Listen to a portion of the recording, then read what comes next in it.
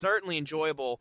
I remember to compare it to, um, I've been to both Charleston and Savannah, and there's so much between those two cities that I feel like are very, very, very similar, especially outside the city with the landscape and everything like that. But I really did enjoy the downtown Charleston. I kind of give that the edge over downtown Savannah. Downtown Charleston is just an awesome place to visit.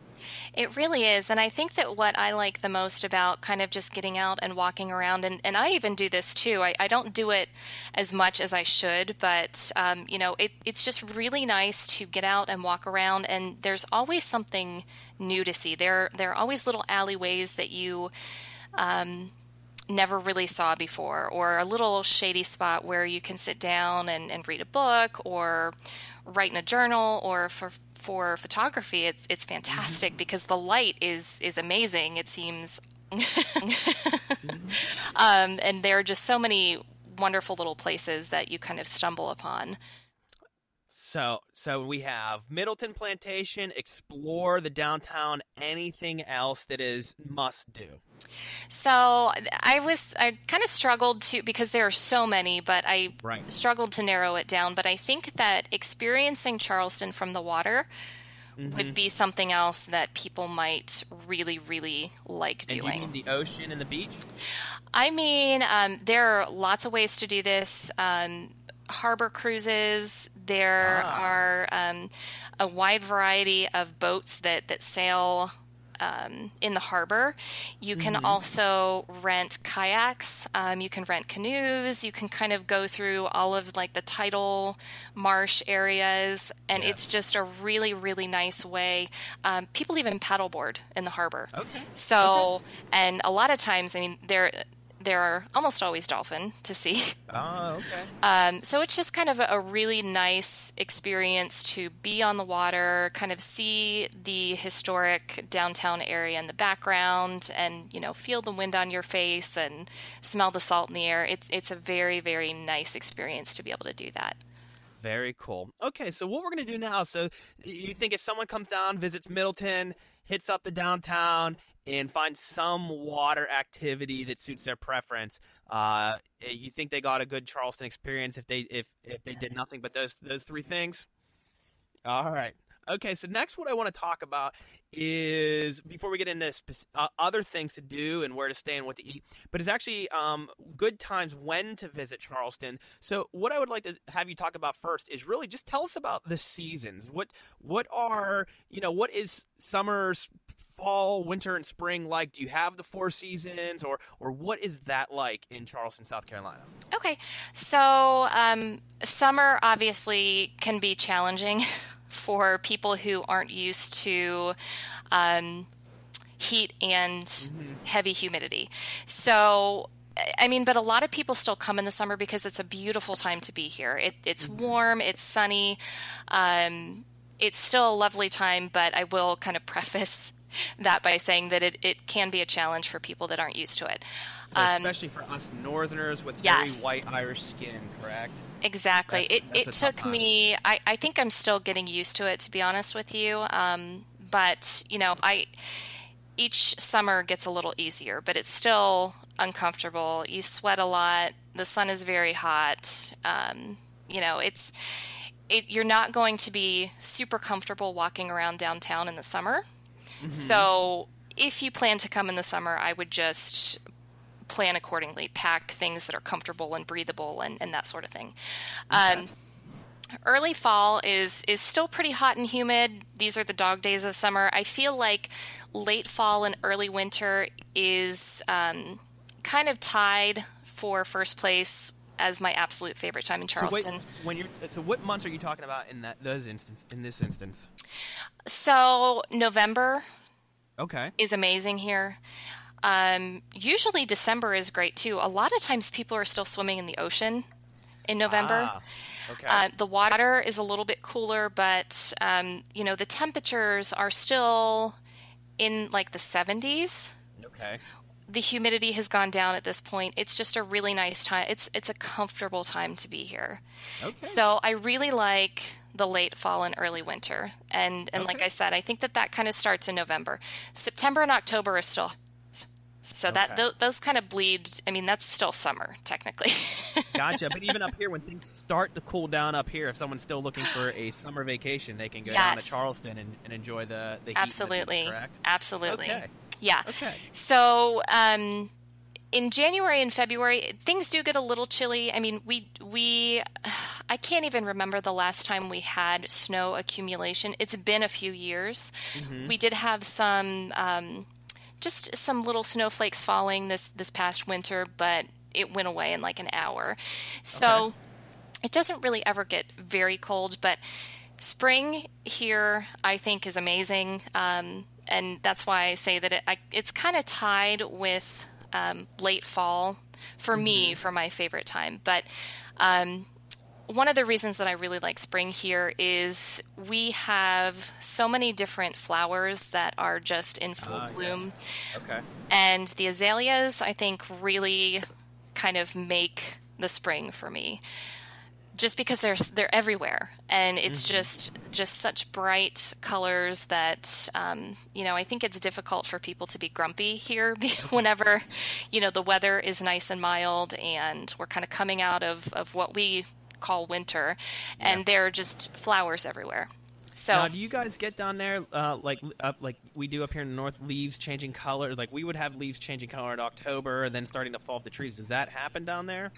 we have a little bit of that, Okay. and it's kind of funny. I mean, we don't get the crazy kind of mix of colors like Western Pennsylvania does, Mm-hmm. or even like North Carolina, because there are places in North Carolina and even upstate South Carolina where you can go to see amazing colors changing in the fall months. We don't get a ton of that, but we still do get. I mean, we still have to rake leaves in our yard. Okay. Usually we're doing that in December. Okay. Um, but it's never, I think, in terms of witnessing, colors changing, I think that spring is really kind of our fall. I gotcha. Okay. And so, two more questions that I want to ask regarding to the timing of a trip.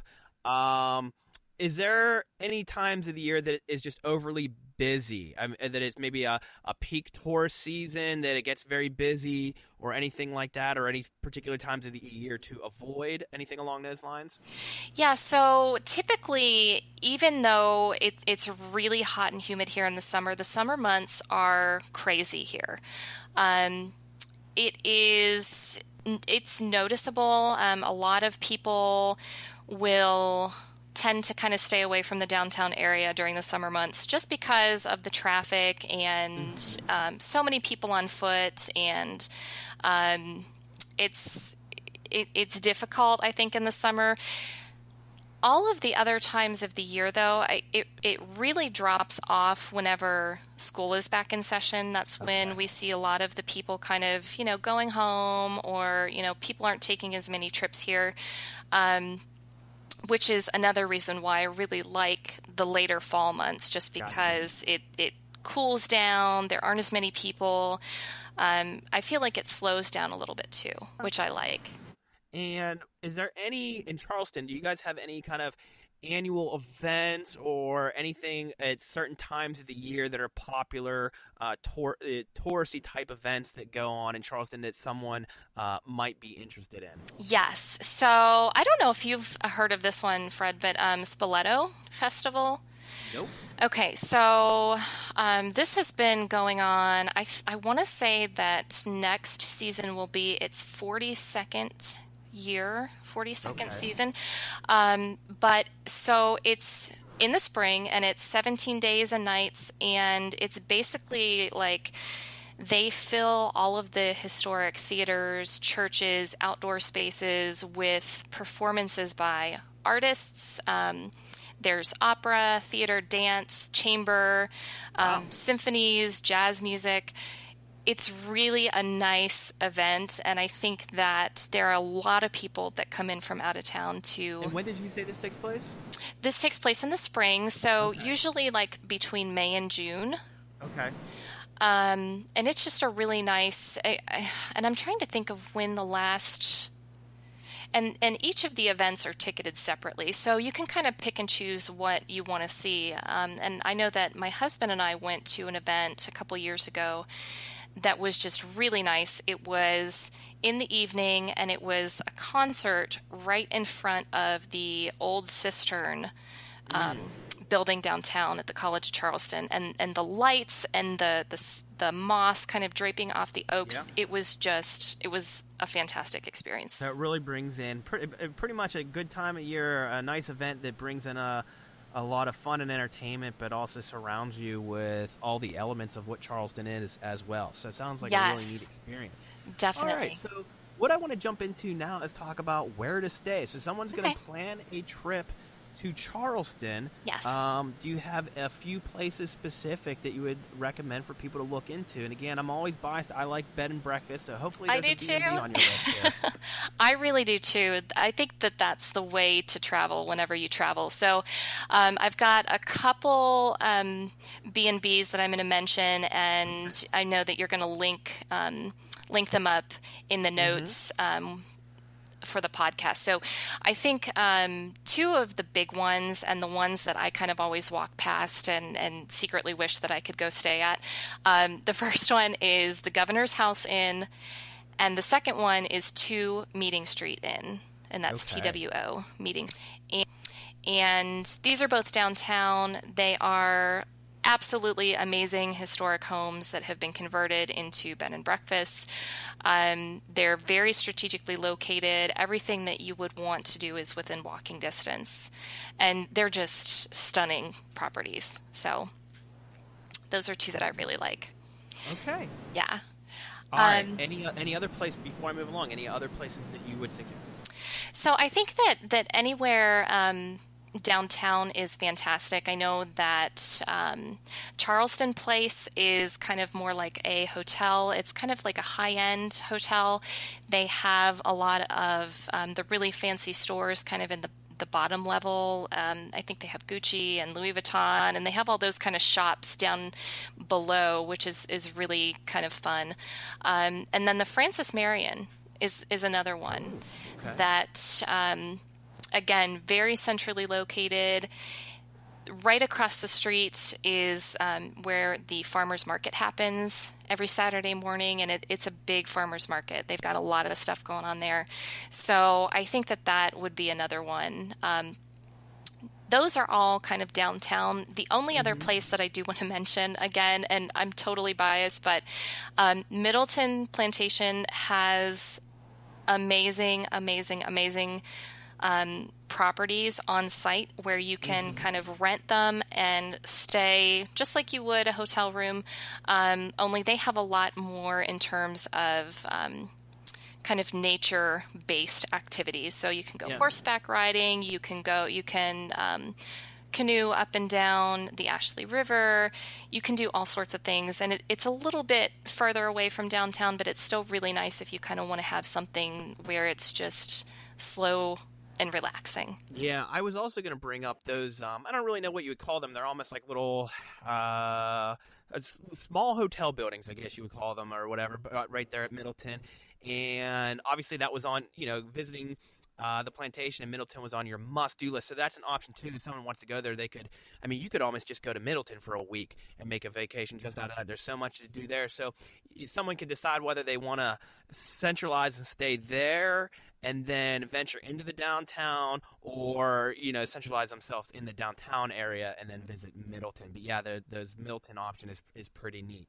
All right, all right. So let's talk about now.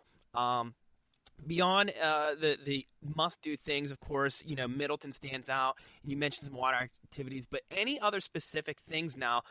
Let's say someone's coming down for their second trip. Maybe they already did visit Middleton, or maybe they're just going to be there for more than just a few days. Maybe they're down there for a week. What are some other things to do now to enhance that Charleston, South Carolina experience? Okay, so I think that one of the more obvious things is kind of take advantage of all of the beaches that we have available. Hmm. Um, because we do have some fantastic beaches. We've got Isle of Palms, we've got Sullivan's Island, Folly Beach, Edisto is beautiful. So I think that if you're coming down for a little bit longer and you kind of are able to step outside of that traditional Charleston trip and just enjoy yourself on the beach, I think that being able to do that would Hmm. be fantastic.